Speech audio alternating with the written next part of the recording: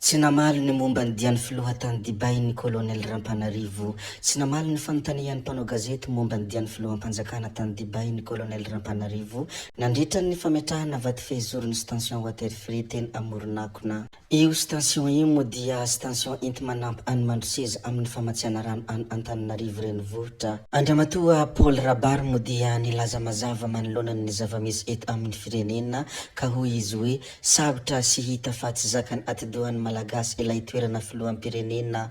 Nisy filoham-pirenena firy teto dia nahongana andalabe daholo. Tsy ilay filoham-pirenena no ratsy fa mavesatra loatra aminy ilay anjara toerana. Tamin'ny andron'ny professeur Zafel Berahian no tsy nisy korontana andalambe fa ny parlement tanona nala azy.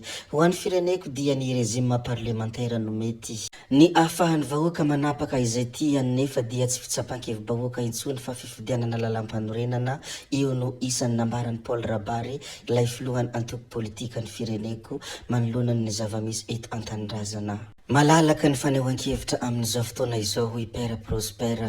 Nambaran'ny Père Prospère Ratovimananarivo nandritra ny fandaharana solanga fa vetivety dia niongana ny fitondrany Andriamatoa Rajoelina ka na ny mpanaradia aza tsy nanampo an'izany zavatra izany.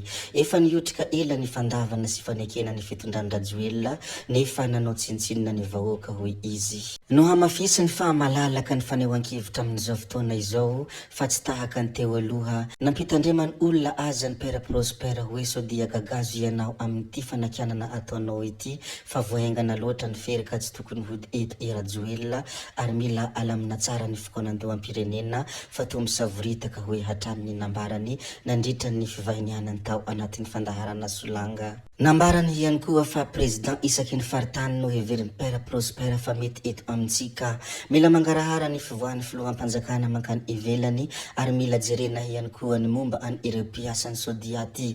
Zany moa anisan'ny hafatra izay nambaran'ny Père Prospère nandritra ny fivahinianany tao anatin'ny fandaharana solanga. Manoloana ny resabe sy ny vaovao izay niparitaka tao anatin'ny tambanjotra serasera ny mikasika ny fifaninanana hidirana mpianatra ombitsara dia nitondra fanazavana sy fanamarehana ny Italia Generalin'ny sekolim-pirenena mpampiovana ombitsara sy mpirakidra raha mikasika ny fifaninanana hidirana mpianatra ombitsara.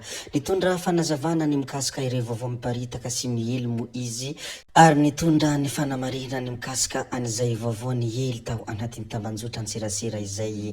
Ndeha mo arantsika kely ny fanamarihana izay noentiny Andriamatoa Italia Generalin'ny sekolim-pirenena izay mpampiofana ombitsara. Miarabatsika rehetra aoka isika mba hitandrina manoloana ireo zavatra voalaza rehetra sy voizina eny amin'ireo tambanjotra serasera rehetra na réseaux sociaux. Momba an'Andriamatoa Stefano izay voalaza fa efa nanao elokabaro nefa ny mbola anisan'ireo lekely hifaninana atao amin'ny sekolim-pirenena mpanofana mpitsara sy mpirakitra raha dia tsotra ny teninay raha nampiantso mpanao gazety izay omaly. Toy ny sehatra rehetrarehetra mpikarakara faninanana toy io dia tsy manana ny moyen ahafahana anadiady ny candidat tsirairay ny sekoly. Noho izany dia sur pièce na izay dossier tony eo no anaovana fanadiadiana. Rehefa ampy ny dossier complet ny dossier ka jerena ny bulletin numéro 3 néant no misoratra ao dia autorisé le olona hifaninana. Fa rehefa misy élément nouveau kosa nefa théorina toa ny kanty Stefano ty izay fantatra tokoa fa ay nisy eloka natao tany aloha dia ahataka atao amin'ny sisiny izy tsy avela andray anjara amin'ny fifaninanana intsony. Ka aoka zany mba hijanona ilay resabe ranontany eto hoe mbola mahazo mifaninana ihany lay Stefano nefa fantatra fa efa nanao adalana be da be, tsy misy fitavozavozana, tsy misy adalana, tsisy avedranana avy eto amin'ny sekoly fa tamin'izy nametraka dossier bulletin numéro 3 na casier judiciaire vierge na néant soratra tao no tonga teo. Izahay tsy mahalala ny mpiadina tsirairay ary tsy mpaminany ihany koa akory ka afaka halala hoe ity Stefano ity dia efa nanao adalana ohatr'izao tany aloha tany.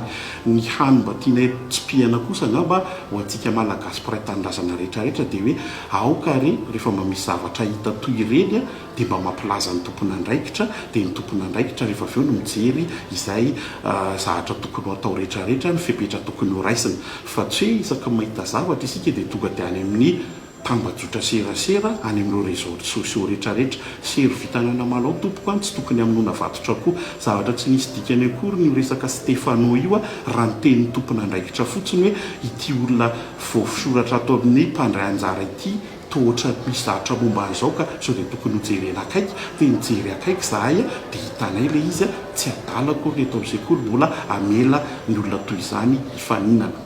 Voatendry ho conseiller technique permanent any colonel Mikael Randrianirina filohan'ny fanavoazan'ny Republikan'i Madagasikara ny filohan'ny ODCAF Andriamatoa Eliara Bevahiny. Ity no tena vrai conseiller technique fa tsy Saidy ho sasany izay naneho hevitra raha nahita ny fanendrena any Andriamatoa Eliara Bevahiny ho conseiller technique permanent any colonel Mikael Randrianirina ilay filohan'ny fanavoazan'ny Republikan'i Madagasikara. Solombavambahoaka Augustin Andriamananoro moa dia nilazany hoe ny hanaovana politika dia tsy nentina hankahalana na hanenjehana olombelona tsy mitovy firehana aminao. Samy malagasy isika ary samy zanaka ity no sy malalantsika ity. Rehefa mahay mijery ny tombontsoa ambonin'ny firenena dia mahay mirahina sy mampandefitra ny ampodisy toerana ny tsirairay masina ny tanindrazana hoe Augustin Andriamananoro.